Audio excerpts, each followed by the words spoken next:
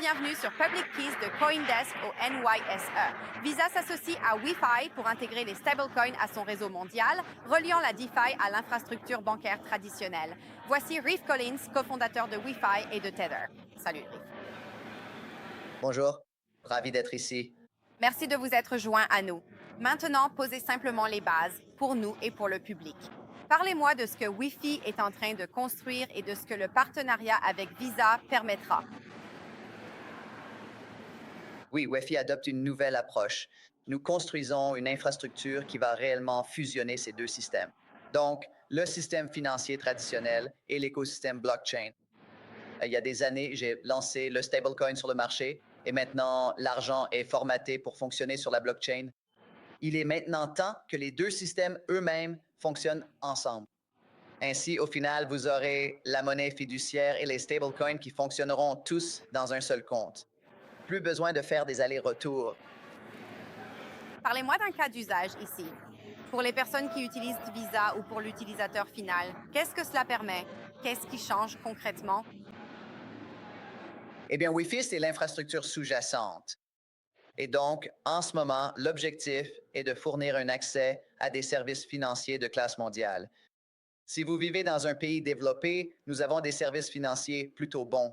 Mais pour les personnes sous-bancarisées à travers le monde, elles ont toutes commencé à se tourner vers des solutions en crypto-monnaie et en stablecoin. Et maintenant, il s'agit de fusionner les deux. Donc, il s'agit d'apporter l'infrastructure comme une mise à niveau de l'infrastructure mondiale afin que le reste du monde puisse réellement effectuer des transactions, à la fois avec leur monnaie fiduciaire ou leur devise locale, ainsi qu'avec des crypto-monnaies, le tout dans le même compte. L'objectif est d'estomper les frontières, car au final, tout ce qui importe aux gens, c'est de pouvoir effectuer une transaction. Ils ne se soucient pas que ce soit de la crypto, un dollar ou leur monnaie locale. Ils veulent simplement que la transaction soit effectuée dans la devise de leur choix. Donc maintenant, Wi-Fi apporte cette infrastructure au grand public. C'est que les régions où cela va être lancé sont l'Europe, l'Asie et l'Amérique latine. Nous parlons d'apporter des services financiers aux personnes sous-bancarisées. Mais je pense que ce dont on ne parle pas assez, c'est qu'il y a une grande population de personnes sous-bancarisées dans les pays développés, comme les États-Unis. Vous intéressez-vous à cette communauté dans les pays développés? Absolument. Mais ce qui est vraiment Wi-Fi, c'est une infrastructure technologique. Nous permettons donc à des partenaires locaux, comme des banques locales, réglementées ou divers services financiers dans ces pays, d'utiliser notre technologie pour rendre leurs services beaucoup plus fluides, pour intégrer des services crypto et des rails crypto aux produits qu'ils proposent. Nous ne ciblons donc pas vraiment le consommateur final. Nous sommes là pour fournir la technologie aux banques et aux entreprises qui ont déjà ces relations. D'accord. Donc, vous fournissez la technologie pour créer cette solution qui peut être concrétisée, je suppose, via une carte Visa, par exemple.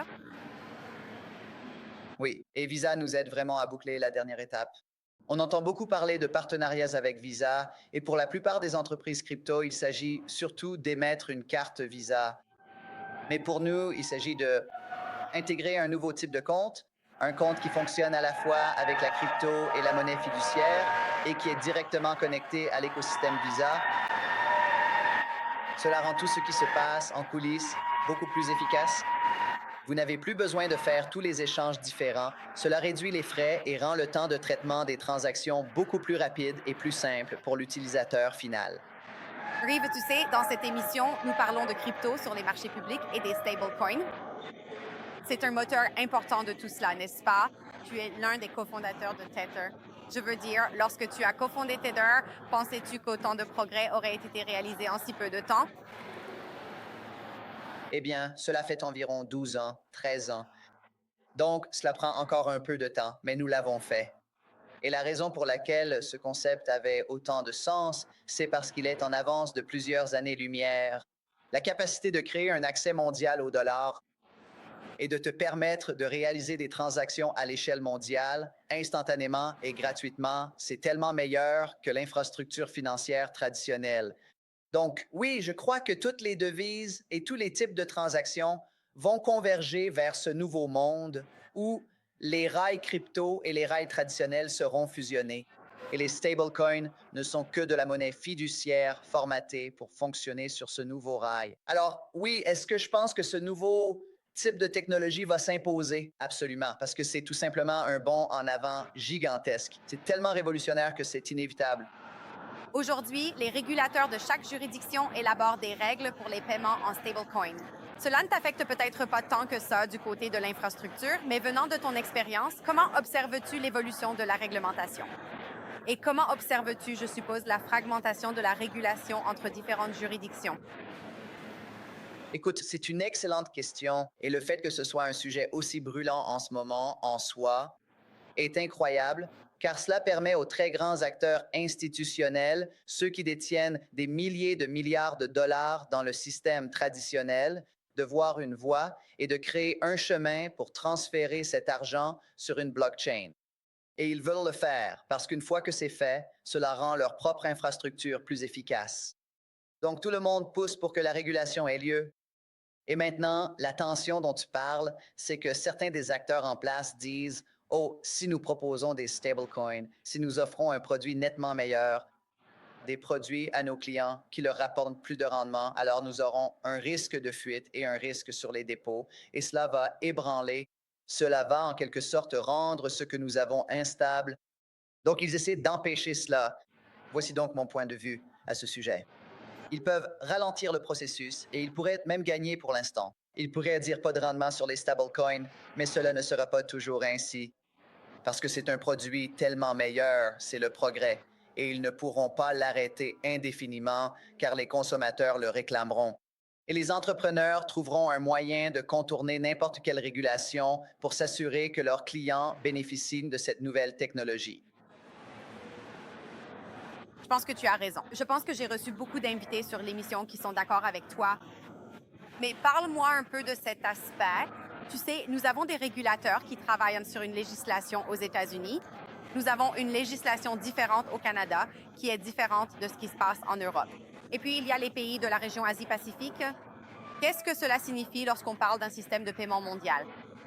Les défis que les stablecoins résolvent sont vraiment des défis mondiaux.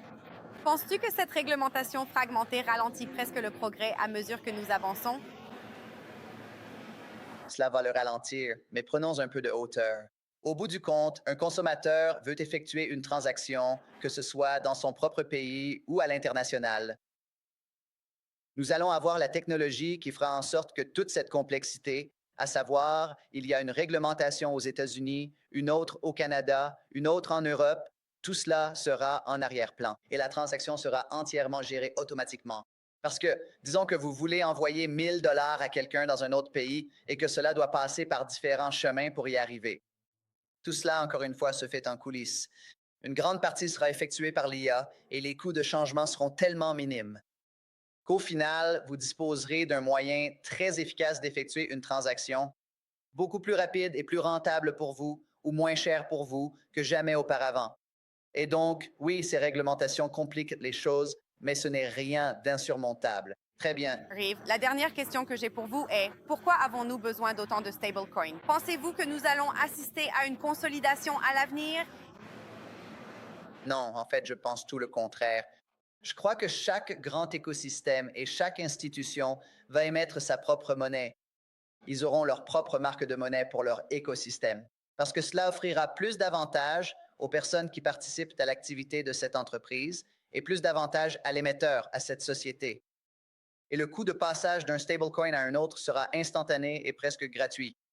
Et donc, tout cela sera géré de manière programmatique grâce à l'IA. Donc, cela n'aura aucune importance. Et par conséquent, il y aura une multitude de monnaies, mais cela n'affectera toujours pas l'expérience de l'utilisateur final. En réalité, cela l'améliorera.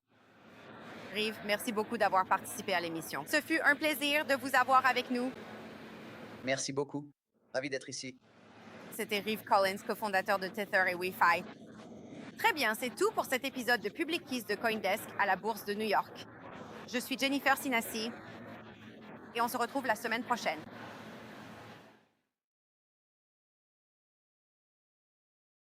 Tout commence par une idée dans votre tête. Une image qui doit être révélée.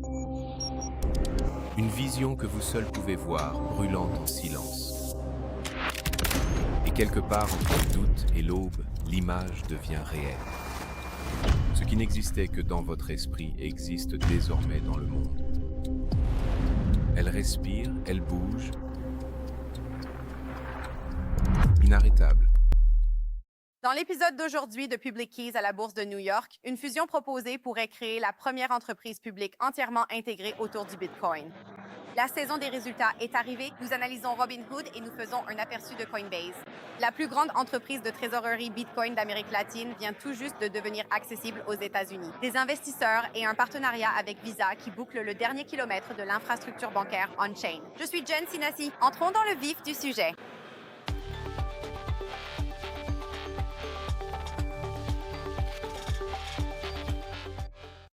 Bon lundi à tous.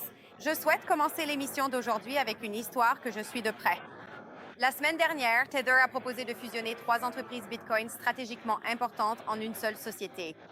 Pour l'instant, nous n'avons pas tous les éléments, mais cette vision mérite qu'on s'y attarde. Investissement Tether.